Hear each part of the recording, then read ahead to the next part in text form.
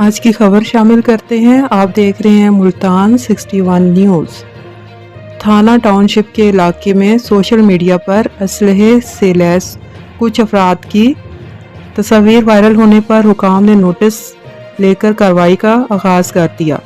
چودھری عرفان شوکت نامی شخص جو کہ ایک چینل چلا رہا ہے، اپنے ساتھیوں سمیت اسلحے کے زور پر لوگوں کو ڈرا دھمکا کر لوٹ مار کرتا رہا ہے اور اپنی دہشت کو پھیلانے کے لیے اپنی اور اپنے ساتھیوں کی اسلحے کے ساتھ تصاویر سوشل میڈیا پر وائرل کر رہا تھا۔ تصاویر میں دیکھا جا سکتا ہے کہ متعلقہ شخص پہلے بھی مختلف پولیس آفیسرز کے انٹرویو کرتا رہا ہے اور کچھ کے ساتھ دوستانہ انداز میں کھڑا ہے۔ ان تصاویر کی مدد سے وہ لوگوں کو باور کراتا تھا کہ پولیس کے ساتھ اس کے اچھے اور گہرے مراسم ہیں۔